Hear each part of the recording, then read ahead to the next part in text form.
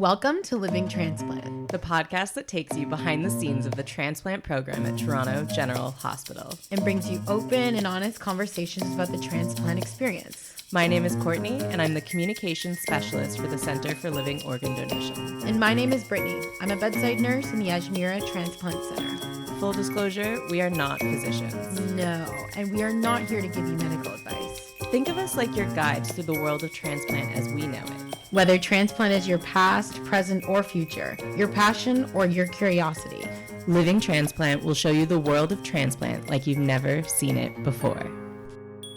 So I love Colleen. I really enjoyed this interview. Before this, I had never really met her. When we met in preparation for this, I was just like, oh boy, she really sucks you in. She's so engaging and honest. I could talk to this woman for hours.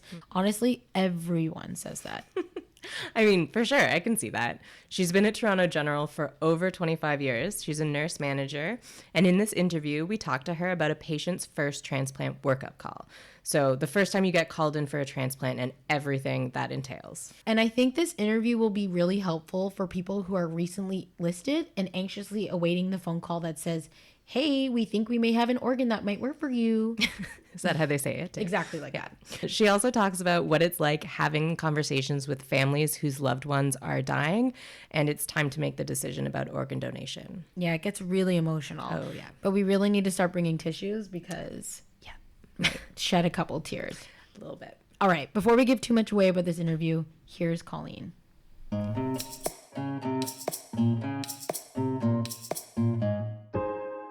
Colleen, thank you for coming today. Thank you. Thank you. I'm really excited to be here. How did you get involved in transplant? I used to work in critical care, and at the time I belonged to a critical care association. A colleague I had used to work in transplant and knew that a new position had opened up and recommended that I actually apply for the clinical nurse specialist position, which I did, and I've been here ever since. Do you enjoy it? I do. I really do. I like certainly the people, the patients, the challenges, and the innovation that comes with a really leading edge program. And so you've worked for Toronto General for how long? 25 years. Why did you stay in transplant? I've stayed in transplant because I think part of it is being addicted to the chaos. Transplant is a very unpredictable service. It requires high energy and spontaneity, thinking on your feet, some really agile, critical thinking. And the program, because of where it sits in the acuity of healthcare and because it's one of the few programs that deals with this very specific patient population, it's constantly innovating. So it does not stay stagnant. There's always something going on, and there's a lot of opportunity to stretch yourself clinically, to learn more about your practice, and to develop a lot of other professional skills, whether it's in leadership or teaching. And I'm not sure that those opportunities are always prevalent in other clinical arenas.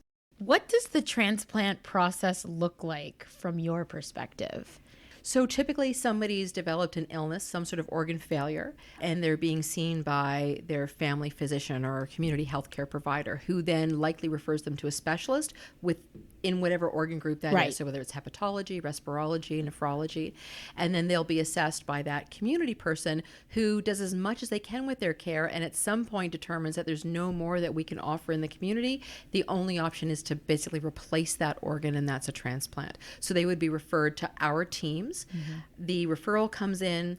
The various organ groups have different assessment teams that will receive the referral, process the patient through an assessment, determine their suitability for transplant for that particular organ, see if they're surgically suitable, if there's really nothing else that can be done for them.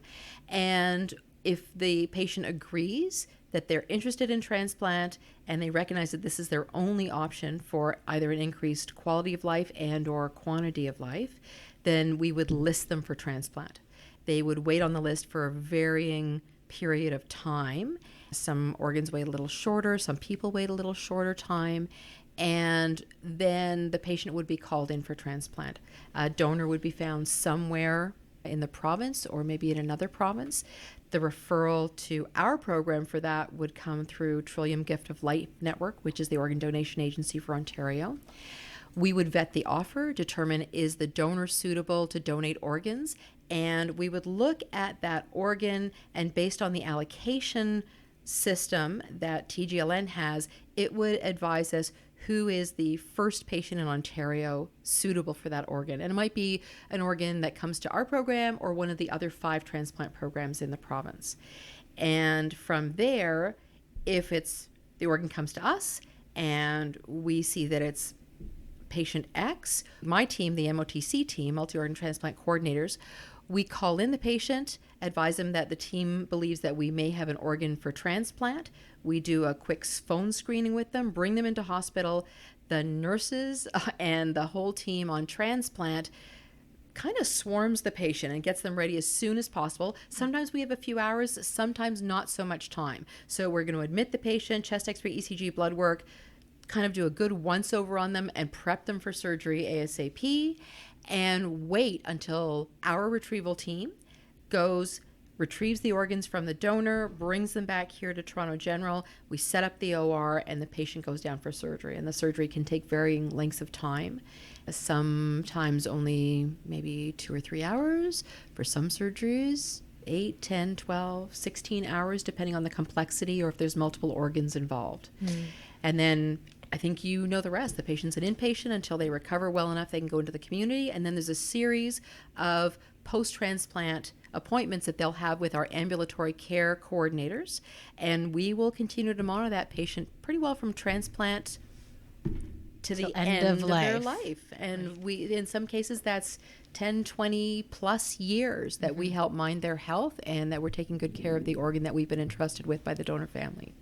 So backing up to this phone call, yes, the turnaround from the phone call to the surgery is very fast, like you said, sometimes. Sometimes what's challenging for all of us is we anticipate things to happen in a certain time period, but we have no control over the donor hospital or other influencing factors. For instance, if the donor comes from Thunder Bay or a further away center that necessitates a flight, I can't control the weather. So there might be weather interfering with our flight back. Yeah. Or if the donor develops instability and the team needs time to stabilize them before they can go to the retrieval OR, that can interfere with it. Or sometimes another program is interested in a different organ and they may require additional testing that we didn't initially anticipate. Or sometimes the family wants to be able to say goodbye and they may have a family member who's having trouble getting to the hospital quickly. And so we want to make accommodations so the family can have that moment with them. Right. Yeah, no, that makes perfect sense.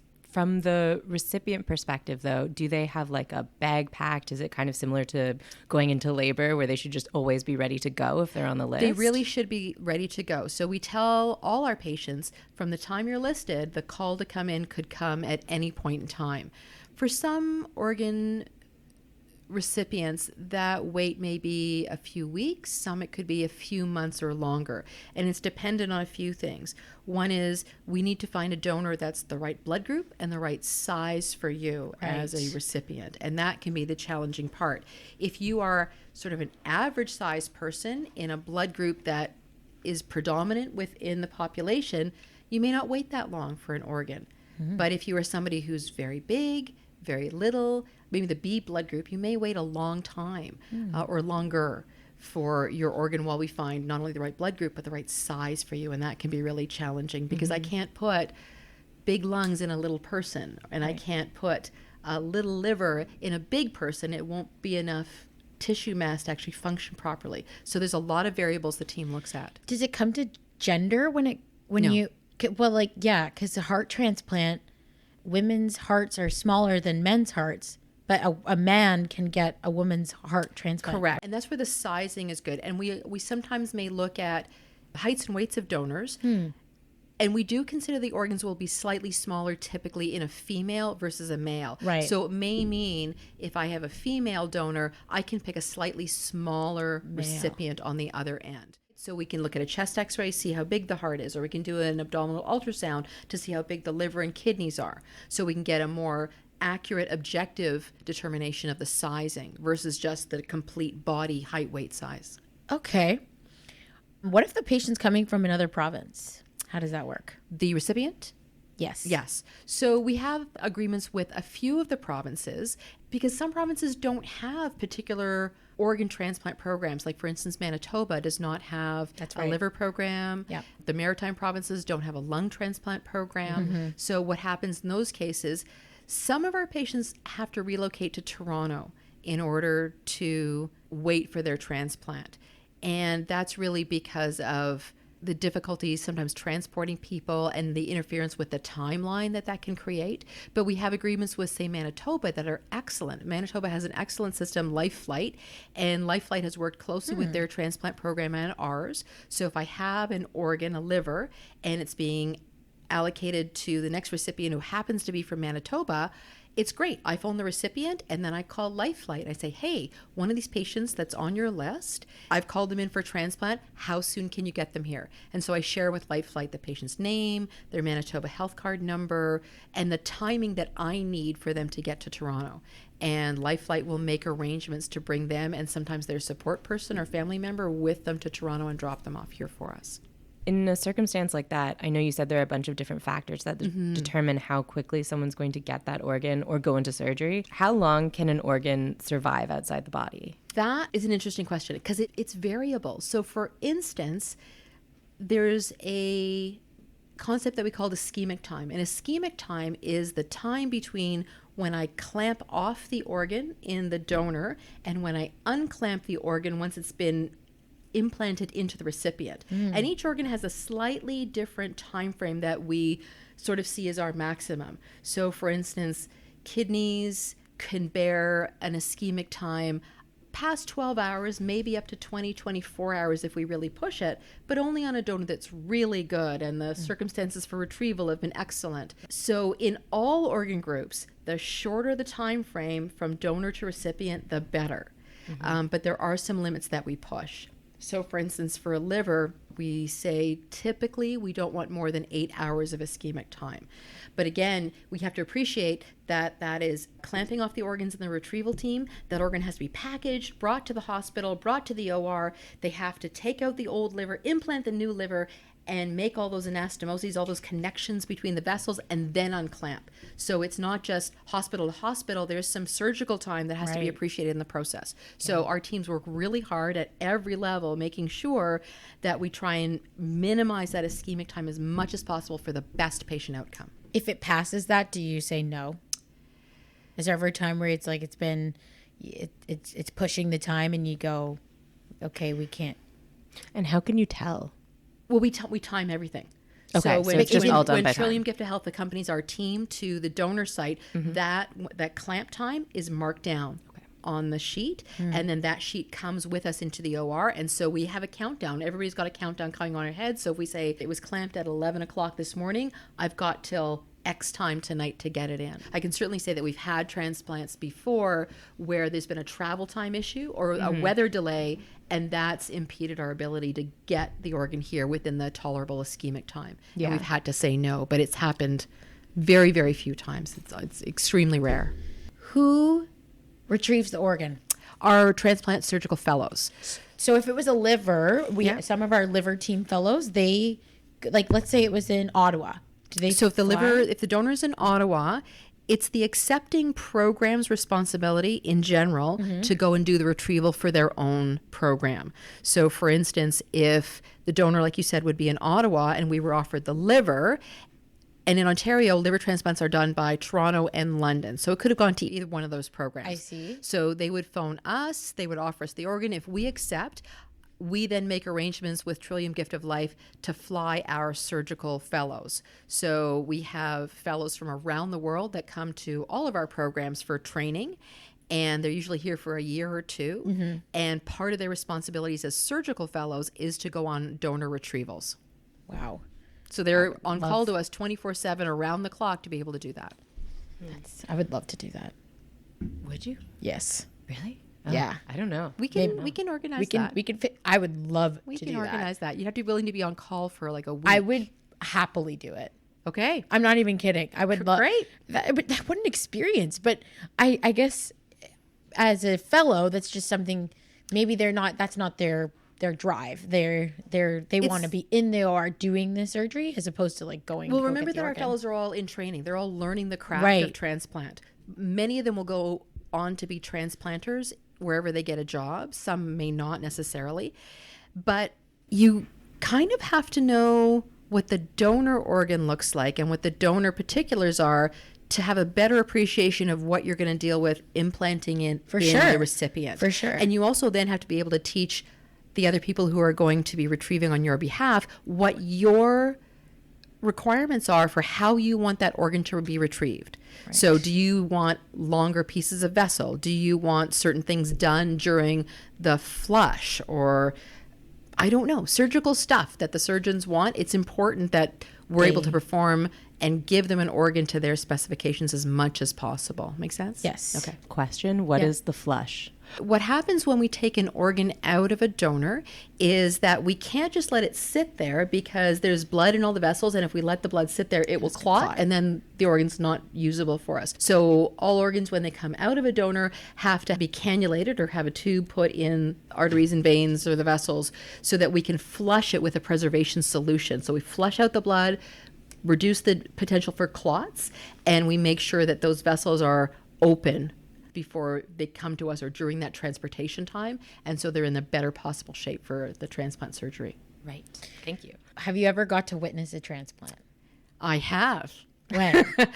When I first came, the surgeons, the teams here were really accommodating when I first came as a clinical specialist years and years ago. And so I saw all of the organs except a heart transplant. Okay. So that was really interesting. And I know what we did back then is not what we necessarily do now. And certainly we've made advances with living donors, with laparoscopic. Some of the procedures we use when we do implantation have changed a bit. So for instance, pancreas kidney, which we introduced in this program in 1995, the initial pancreas kidney patients, we would attach the pancreas to the bladder. And we no longer do that. So we stopped doing that after a couple of years. There was evidence that it was better to attach it into the bowel like the regular pancreas would be. Okay. But at the time, it was felt that attaching it to the bladder was the ideal. So we've changed that procedure over time. The lung transplant has changed over time. A number of surgical innovations have been introduced. So it's better, quicker sometimes to get the surgery done. The patient has a easier time recovering in some instances because we've changed our surgical procedures. Do you know if the patient's coming back into the hospital, is there a way that you know that they had that old surgery? You know what I mean? You know what? I don't know that we do. And that's actually really fascinating because a few years ago, when I was managing the floor, so this would have been at least 7 or 8 years ago, I remember one of the nurses coming to me and saying that, you know, this patient didn't receive proper education. They don't understand about the transplant that they got.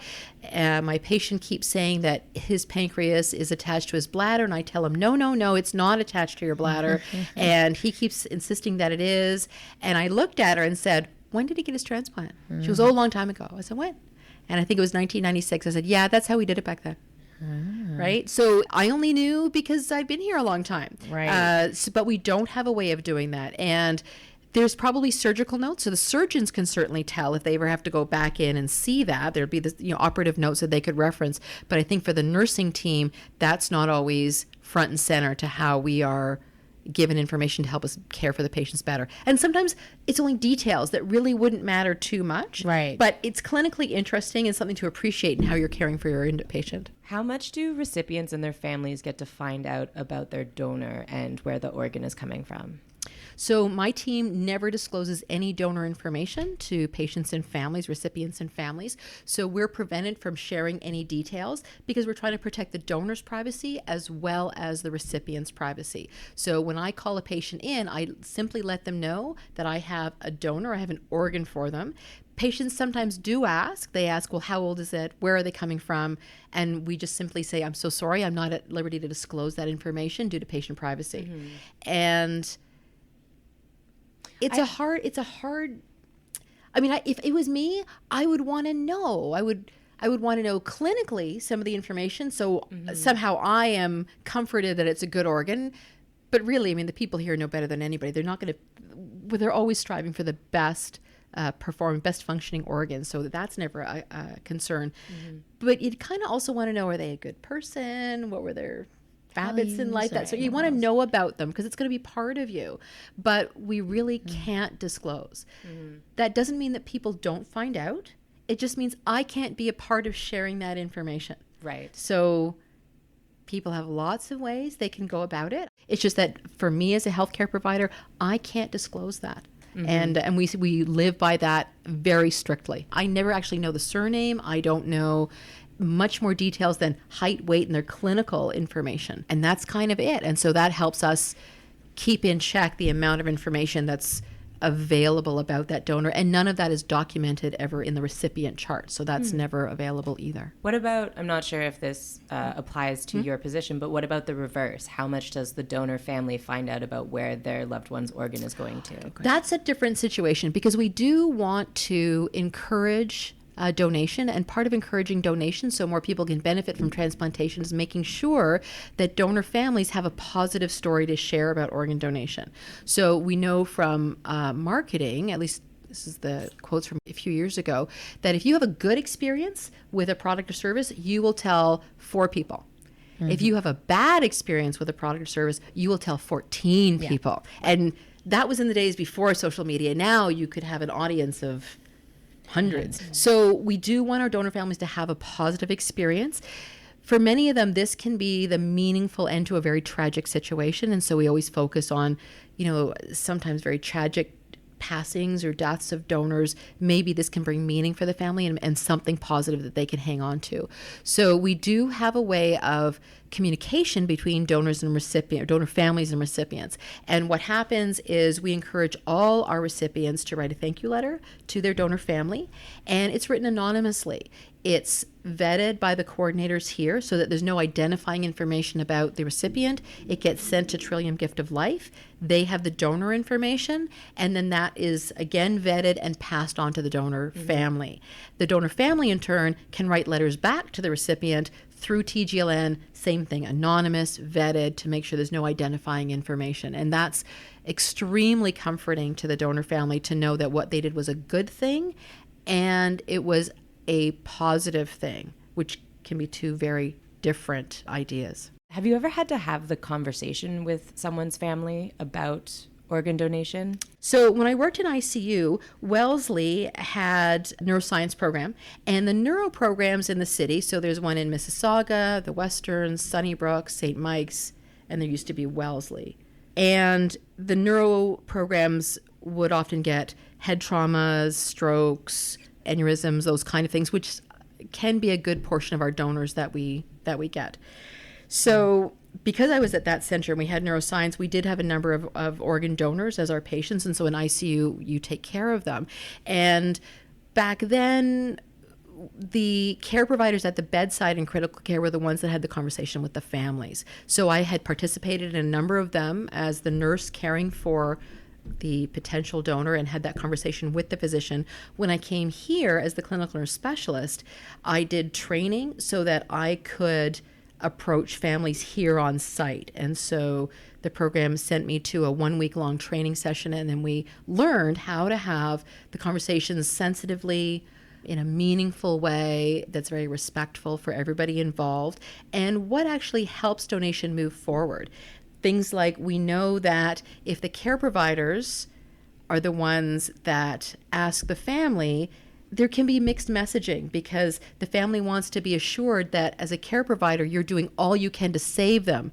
And it's hard sometimes for them to hear that you're changing your path and now talking about donation. And so you don't want to confuse the issue or potentially have them think that you haven't done absolutely everything you can. So the ideal now is that the care provider team talks to the family and says, I'm so sorry, this is what's happened with your loved one to this time, and at this time there's no more we can do. But at this time, we have Trillium Gift of Life come and talk to families like yours. And then what's supposed to happen is somebody from TGLN will come, somebody who's been trained, and they will have that separate conversation with the family and acknowledge what they're going through, what the donor story has been, and what we can do to determine whether the person was interested in organ donation, because sometimes people have registered. So if somebody had registered to be an organ donor, we would ask the family, if we know that, how can we help them honor their loved one's best wishes? If there is no indication that the person wanted to be a donor, how do we talk the family through what that decision might look like for them? And it can be tricky because sometimes you have people who don't understand the process very well, may have some languages or beliefs, and a couple need more clarification or are uncomfortable, at least on first blush. And so it's a long process. And then the TGLN staff are great because they then work alongside the donor team to make sure that everything's being done to maintain the donor, to optimize functioning, but then also is there to support the family until the retrieval occurs. Does anyone get defensive? I mean, in your experience, has anyone ever been defensive? Yes. Sometimes. I think years ago, I approached a family when I was part of this program about organ donation. It was a large family and everybody wanted to be involved in the conversations. And most of them were pro-donation. And then there was somebody that the family was sort of an extended family member who really felt that this was not what should be done at this point with their loved one, and had very strong opinions about not going forward. And so we had a bit of time, and they had certain objections from religious grounds. We explained through some information pamphlets that we had that actually the religious leaders in their particular denomination supported organ donation. So we helped clarify and educate them a bit and gave them some time to talk amongst themselves. And within, I think it was the next afternoon, the family had come together and they were all able to support going forward with donation.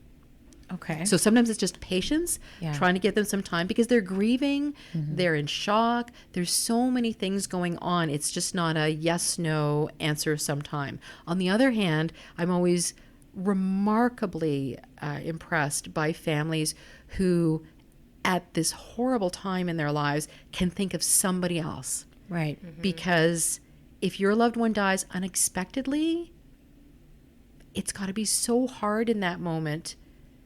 Even though you might want to help somebody else, but in that horrible moment when you're grieving and sad and in shock,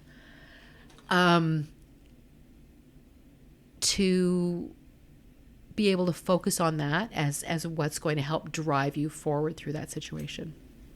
Yeah. Yeah. It's such an interesting juxtaposition of stories, right? They're just at complete odds and then they're so connected forever. But it's such a weird transition to have someone who's a family that's so sad and grieving, and then have their organ go to someone that, you know, they've been sad while taking care of their loved one who's so sick, and then they get better. Like, it's such a weird kind of like Place flow and or time. circle It of is. life. Yeah. It It's is a weird connection. And I think our patients feel it too, because I think our patients, you know, it's I can tell you, one of the most rewarding moments in my career with transplant here is the moments when I get to phone patients and say, I'm calling from the transplant program. We think we might have an organ for you. Yeah. And people are elated. You can tell when they're excited and they've been waiting and they're so hopeful and they're just so happy that their moment has come. And that's just so comforting. It just makes it all worthwhile. Everything in that moment is encapsulated in that joy. And then many times our patients, you know, sometime after transplant are also reminded that they've only been able to have a transplant because somebody died. Right. And so there's this tragedy on the other end of their joy. And that can be really challenging. And a lot of them have difficulty writing the thank you letter to their donor family because they're like, how do I say thank you that this horrible thing happened to you and your family? And we tell them often it's not about necessarily thanking them for that. It's about saying, this is who I am, and I'm going to take good care of this organ.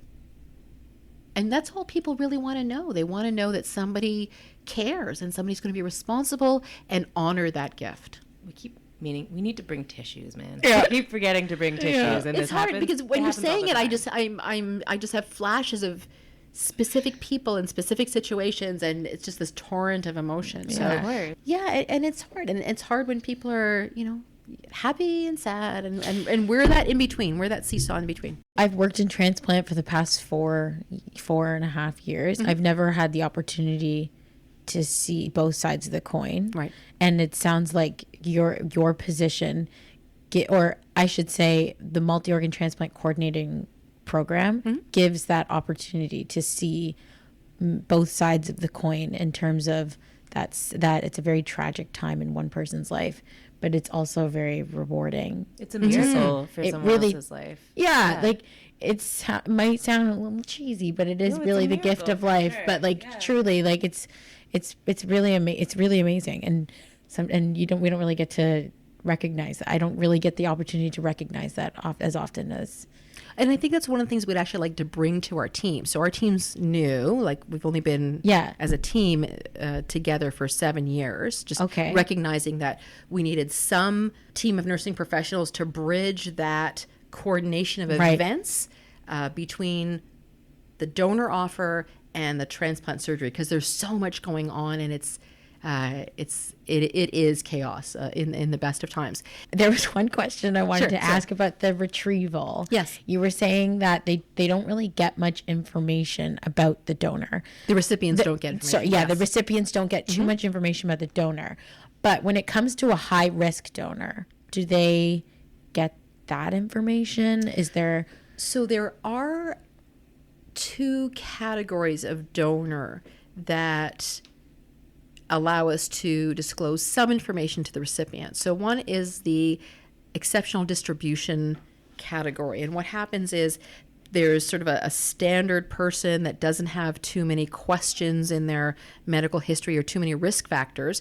And then there are people who may have some social situations or some previous very specific serological, like hepatitis or something in their background that does pose a risk to the recipient. Right. In those circumstances, we approach the recipient and say it's either the staff physician or the fellow approaches the patient and advises them that the donor falls into this exceptional distribution category and lets them know what the risk is. Generally, it's very low, like 1 in 3,000 or 300,000, whatever the issue is, and that we have gone to all the lengths that we can to mitigate any of those risks, and that we're confident that we can go ahead and either deal with any consequences, or we don't believe there will be one for that recipient donor pair.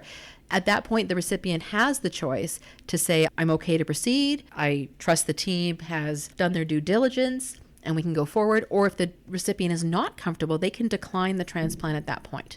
So that would be for all organ groups.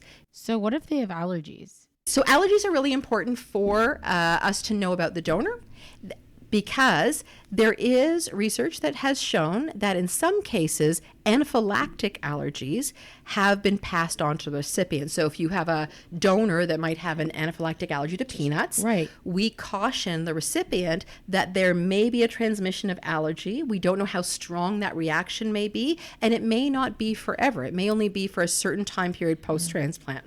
So we would caution all our recipients, if there was an anaphylactic allergy in the donor, that this was something that they had to be aware of, and we would recommend further testing with an allergist post-transplant. Okay. So the allergies are important, but it's really only the life-threatening anaphylactic ones that have been shown to be a potential risk for the recipient. And it's not absolute. It just can happen to very few people, but we want to be on guard and make sure our patients are protected. Right. Absolutely.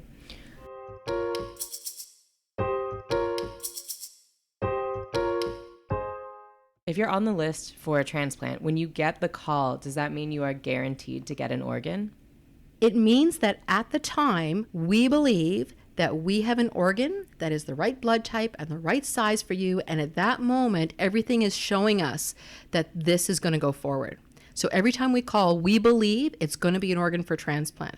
Having said that, probably 35% or so of our transplants do not go through, because sometimes all the testing can look wonderful and we're so optimistic that this is going to go forward, but until the retrieval team actually goes in there and actually sees the organ, we can't guarantee. And of course, we can't do that before we call the patient in. So sometimes we've had circumstances, the retrieval team goes in, we expect everything's going to be fantastic, they take it out, and maybe the blood vessels aren't going to be great enough for reattaching. Maybe there's a hard spot that needs pathology, and there's something that we believe might be a risk going forward, so we won't use that organ. Maybe there's an infectious process that wasn't appreciated beforehand. There's a number of things. And even at the time I call, all the blood work can look great. And then because the donors aren't super stable, neurologically, there's things going on that may compromise some of the function.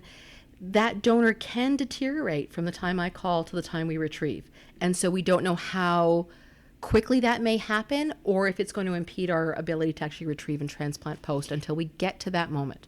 Right. And what does that conversation look like when you have to tell someone that this organ isn't going to work? All patients receive information about this is a possibility. And some organs can experience cancellations more than others because the organs are particularly delicate. So which ones would those be? Sometimes we find, for instance, like the lungs may see more cancellations than the others. And that's, again, because of the delicate nature of the patient getting adequate oxygenation and the lungs functioning well. At this moment, the chest x-ray can look great. Their oxygenation, their ABGs, arterial blood gases, can look great. And then in those hours between that phone call and that surgery, deterioration can happen, or an infectious process is identified, or there could be something else wrong with one of the other organs that we then say, whoa, not going ahead with that because we're worried that could actually have an impact on lung function, maybe not today, but maybe in 5 years. So if I find cancer elsewhere in the body, I can't take the risk that any of those cells might be then transplanted into the recipient. So that will just stop it right there.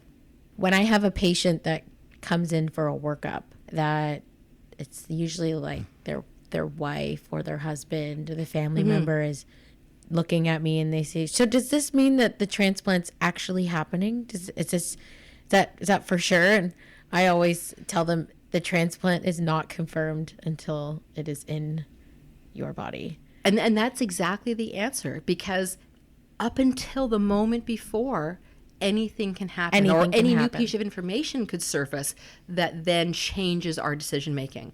So I think you're exactly right. When you're talking to your family members, I think what we need to assure them of is at this time, our team is confident that this is going ahead, but that could change. Yeah. And we're trying our best to get you an organ, but there's things we have no control over.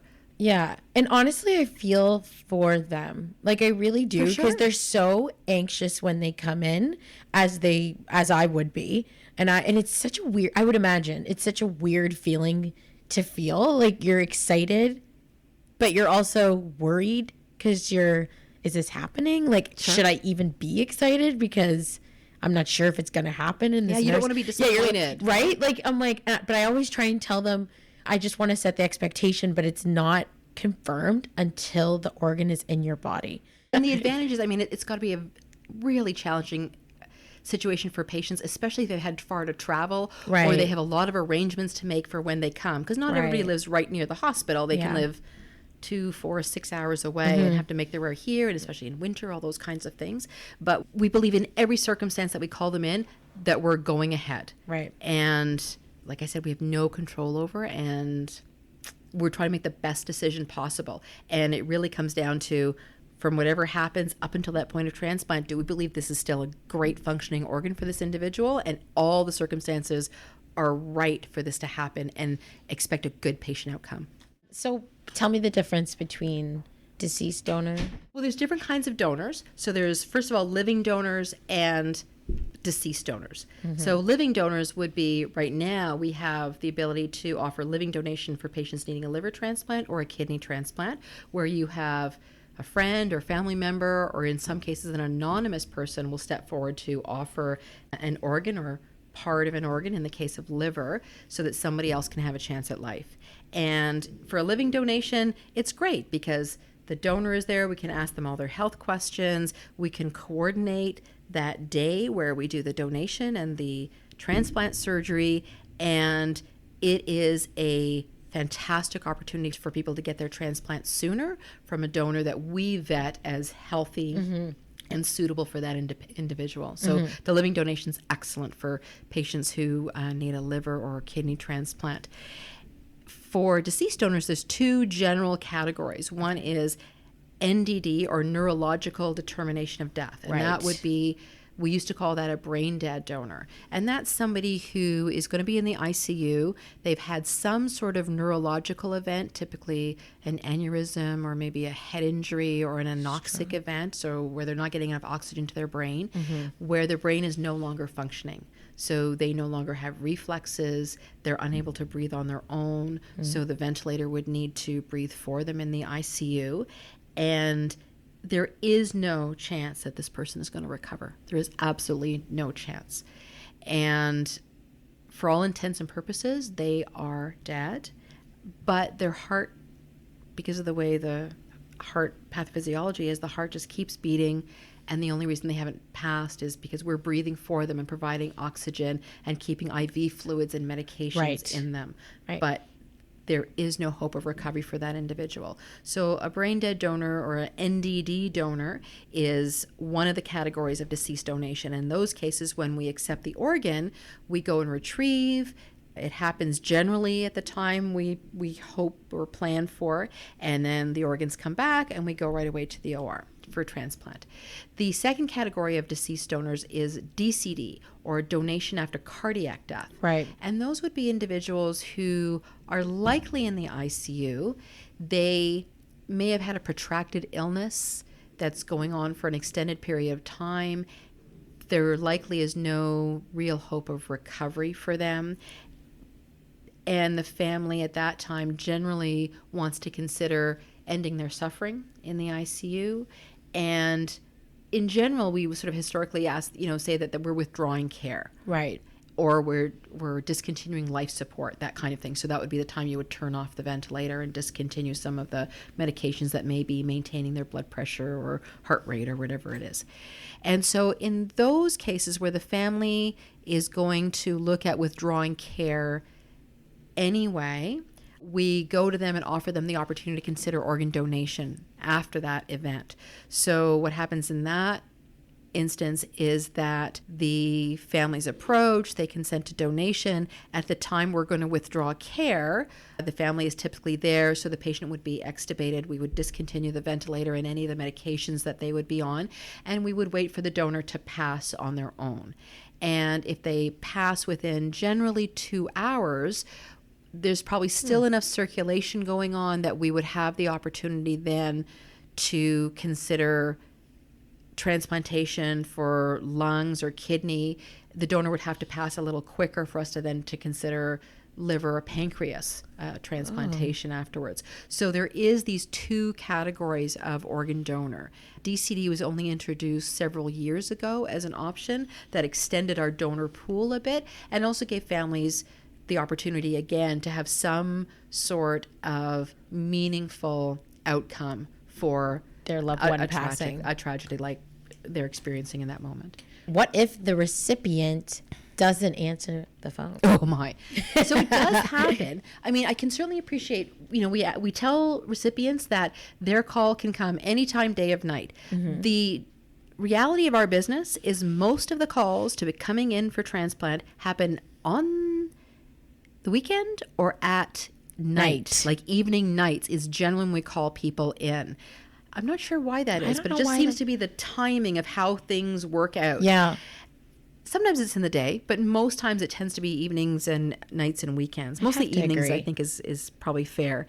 And so what happens is our process is that I have 1 hour to get a hold of you as a recipient. Okay. And when I call you, you have up to 2 hours in general to get to the hospital. For people who live beyond the GTA, for us, we make special arrangements for people that have to travel a little further, and we try and make sure we call them early in the process and that the timing is going to work out for the travel that they have to incur to get here. So when I call you, generally people have 1, 2, 3, 4, sometimes more contact numbers. They have a home number, a cell phone, their husband's cell phone, their daughter, their son, their aunt, their grandma. Like they have a whole range of people that they may give us the phone calls. So myself as the coordinator, I would start calling you now. I would run through all your phone numbers continuously for an hour. So I might call you 4, 5, 6 times at your number in an hour, but I've also called all your other contacts. But generally, I'll call the first time, I'll leave my name, and I will say, I'm from the transplant program. I need to speak to you urgently. This is my phone number. Call me immediately. and I'll give it the time and date that I've called. And then I'll run through all the other contacts. I might take care of a few other details with cases and then get back. I'll call you all again. I may not leave voicemails every time because we tend to then fill up people's voicemails, but we will still keep trying to call. If I don't hear from you or if I don't make contact with you in an hour, I have to move on to the next recipient. Okay. Donors can't always wait at the donor hospital. They are not going to remain stable forever, so their stability is a little in limbo. So we need to have this happening as soon as we can. And if I don't hear from you in an hour, I need to move on to the next recipient. And so I've had circumstances where I call a recipient and then the hour is up and then I go on to the next person. And then I've had the first person call me back saying, I just picked up your message. If I have not yet called the next individual or made contact with them, there may be an opportunity to still take that first person. Right. But if I've already made contact with patient B and have them coming in, then that first patient A has lost the opportunity for that particular transplant. We just do not have the ability to wait.